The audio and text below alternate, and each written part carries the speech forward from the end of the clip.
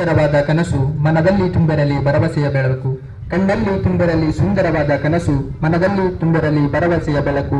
ನಮಗೆಲ್ಲರಿಗೂ ಈ ದಿನದ ಸವಿನೆನಪು ತುಂಬಲಿ ಎಂಬ ಹಾರೈಸುತ್ತಾ, ಮೊದಲನೆಯದಾಗಿ ವೇದಿಕೆ ಮೇಲೆ ಆಸೀನರಾಗಿರುವಂತಹ ಎಲ್ಲ ಅತಿಥಿಗಳಿಗೂ ಹಾಗೂ ಅಧ್ಯಕ್ಷರಿಗೂ ಹಾಗೂ ನನ್ನ ಗುರುವೃಂದಕ್ಕೂ ಹಾಗೂ ಈ ಕಾರ್ಯಕ್ರಮದ ಕೇಂದ್ರ ಬಿಂದು ಆಗಿರುವಂತಹ ಎಲ್ಲ ಮುದ್ದು ವಿದ್ಯಾರ್ಥಿನಿಯರಿಗೂ 77ನೆಯ ಗಣರಾಜ್ಯೋತ್ಸವದ ಹಾರ್ದಿಕ ಶುಭಾಶಯಗಳನ್ನು ಕೋರುತ್ತೇನೆ. ನಾವು ಜನವರಿ 26ರಂದು ಯಾಕೆ ಗಣರಾಜ್ಯೋತ್ಸವವನ್ನು ಆಚರಣೆ ಮಾಡುತ್ತೇವೆ ಎನ್ನುವ ಪುಸ್ತಕದ ಹಿನ್ನೆಲೆಯನ್ನು ತೆಗೆದು ನೋಡಿದ್ದೇ ಆದರೆ, ಇತಿಹಾಸದ ಹಿನ್ನೆಲೆಯನ್ನು ತೆಗೆದು ನೋಡಿದ್ದೇ ಆದರೆ, ಪುಸ್ತಕಗಳ ಹಾಳೆಯನ್ನು ತಿರುಗಿಸಿ ನೋಡಿದ್ದೇ ಆದರೆ ನಮಗೆ ನೆನಪಾಗುವುದು ನಮ್ಮ ಭಾರತ ದೇಶವನ್ನ ಅನೇಕ ದೇಶಗಳು, ಇಂಗ್ಲೆಂಡ್ ಆಗಿರಬಹುದು, ಪೋರ್ಚುಗಲ್ ಆಗಿರಬಹುದು, ಫ್ರೆಂಚ್ ಆಗಿರಬಹುದು, ಬ್ರಿಟಿಷರಾಗಿರಬಹುದು, ಅನೇಕ ದೇಶಗಳು ನಮ್ಮ ಭಾರತ ದೇಶವನ್ನ ಆಳ್ವಿಕೆಯನ್ನು ಮಾಡ್ತಾರೆ.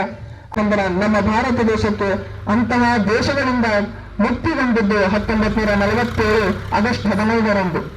ಅಂದರೂ ಕೂಡ 17 ಆಗಸ್ಟ್ 15ರಂದು ಭಾರತ ದೇಶಕ್ಕೆ ಸ್ವತಂತ್ರ ಸಿಕ್ಕರೂ ಕೂಡ ಬ್ರಿಟಿಷರು ನಡೆಸಿಕೊಂಡು ಬಂದಂತಹ ಆ ಕಾನೂನಿನ ಮುಕ್ಕಟ್ಟಿನ ಮುಗಿದಿರಲಿಲ್ಲ. ಅಂದು ನಮ್ಮ ಭಾರತ ದೇಶದ ಅನೇಕ ಮಹಾನ್ ವ್ಯಕ್ತಿಗಳು ಕೂಡಿಕೊಂಡು ದೇಶ ವಿದೇಶಗಳಿಂದ, ಅಮೆರಿಕದಿಂದ ಆಗಿರಬಹುದು, ಫ್ರಾನ್ಸ್ನಿಂದ ಆಗಿರಬಹುದು, ದಕ್ಷಿಣ ಆಫ್ರಿಕಾದಿಂದ ಆಗಿರಬಹುದು, ಅನೇಕ ದೇಶಗಳಿಂದ ನಮ್ಮ ಭಾರತ ದೇಶಕ್ಕೆ ಅನುಗುಣವಾಗುವ ರೀತಿಯಲ್ಲಿ ನಮ್ಮ ಭಾರತ ದೇಶದಲ್ಲಿರುವಂತಹ ಜನರಿಗೆ ಯಾವ ರೀತಿ ಹೊಂದಾಣಿಕೆ ಆಗುವ ರೀತಿಯಲ್ಲಿ ದೇಶ ವಿದೇಶಗಳಿಂದ ಅಲ್ಲಿರುವಂತಹ ಸಂವಿಧಾನವನ್ನ ಅಧ್ಯಯನವನ್ನ ಮಾಡಿ ನಮ್ಮ ಭಾರತ ದೇಶದಲ್ಲಿ ತಂದು ಒಂದು ಪುಸ್ತಕವನ್ನು ರೆಡಿ ಮಾಡ್ತಾರೆ. ಆ ಪುಸ್ತಕದ ಹೆಸರೇ ಏನಪ್ಪಾ ಅಂತಂದ್ರೆ ಸಂವಿಧಾನ ಅಂತ ಕರಿತೀವಿ ನಾವು. ಸಂವಿಧಾನವನ್ನು ರಚನೆ ಮಾಡಿಕೊಳ್ಳಲು 2 ವರ್ಷ 11 ತಿಂಗಳು 18 ದಿನಗಳ ಕಾಲ 64 ಲಕ್ಷ ರೂಪಾಯಿ ಖರ್ಚಿನೊಂದಿಗೆ ಸಂವಿಧಾನವನ್ನ ರಚನೆ ಆಗ್ತದೆ. ಸಂವಿಧಾನವನ್ನು ರಚನೆ ಆಗಿದ್ದು 1949 ನವೆಂಬರ್ 26ರಂದು ಕೊನೆಗೊಳ್ತದೆ ಬರೆಯುವುದು. ಅಂದ್ರೂ ಕೂಡ ಏನಪ್ಪಾ ಅಂತಂದ್ರ 1 ತಿಂಗಳು ಲೇಟ್ ಮಾಡಿ ಏನಪ್ಪಾ ಅಂತಂದ್ರ ನಾವು ಜಾರಿಗೆ ತರ್ತೀವಿ.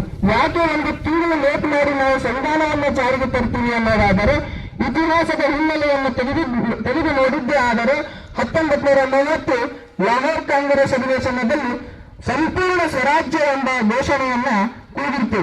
1930 ಜನವರಿ 26ರಂದು. ಅದರ ಸವಿನೆನಪಿಗಾಗಿ 1950 ಜನವರಿ 26ರಂದು ನಮ್ಮ ಭಾರತ ದೇಶಕ್ಕೆ ಸಂವಿಧಾನವನ್ನು ಜಾರಿಗೆ ತರ್ತೀವಿ ನಾವು. ಅಂತಹ ಸಂವಿಧಾನದಲ್ಲಿ ಸಂವಿಧಾನ ಸಮಾಜವಾದಿ, ಜಾತ್ಯತೀತ, ಗಣರಾಜ್ಯ ಎಂಬ ಪರಿಕಲ್ಪನೆಯೊಂದಿಗೆ ಸಮಾನತೆ, ಸ್ವಾತಂತ್ರ್ಯ, ಮೂಲಭೂತ ಹಕ್ಕುಗಳು, ಅನೇಕ ರೀತಿಯಾದಂತಹ ಮೂಲಭೂತ ಕರ್ತವ್ಯಗಳು ನಮ್ಮ ದೇಶಕ್ಕೆ ಅನುಗುಣವಾಗುವ ರೀತಿಯಲ್ಲಿ, ನಮ್ಮ ಜನರಿಗೆ ಅನುಗುಣವಾದ ರೀತಿಯಲ್ಲಿ ಬರೆದುಕೊಂಡಿರುವಂತದ್ದು ಎಲ್ಲರೂ ಪಾಲನೆ ಮಾಡಬೇಕೆಂದು ಸಂವಿಧಾನ ಹೇಳಿಕೊಡ್ತದೆ. ಸೈನ್ಯದ ತುರುಕುಗಳಿಂದ, NCC ತುರುಕುಗಳಿಂದ, NSS ತುರುಕುಗಳಿಂದ ನಮ್ಮ ಭಾರತ ದೇಶದ ಸಾಂಸ್ಕೃತಿಕ ಹಾಗೂ ಹಿನ್ನೆಲೆಯನ್ನ ಪ್ರದರ್ಶಿಸುವಂತಹ ಕೆಲಸವನ್ನ ಮಾಡ್ತಾರೆ. ಏನಂತಂದ್ರೆ ದೇಶ ವಿದೇಶಗಳಿಗೆ ಸಂಸ್ಕೃತಿಯನ್ನು ದೇಶ ವಿದೇಶಗಳಿಗೆ ಸಾರುವಂತಹ ಕೆಲಸ ಇವತ್ತಿನ ದಿವಸ ಆಗ್ತಾ ಇದೆ. ಪ್ರಪಂಚದಲ್ಲೇ ಹಾಗೂ ವಿಶ್ವದಲ್ಲಿಯೇ ಅತ್ಯಂತ ಸಮೃದ್ಧವಾದಂತಹ ದೇಶ ಯಾವುದಾದರೂ ಇದ್ದಿದ್ದೇ ಆದರೆ ಅದು ನಮ್ಮ ಭಾರತ ದೇಶ.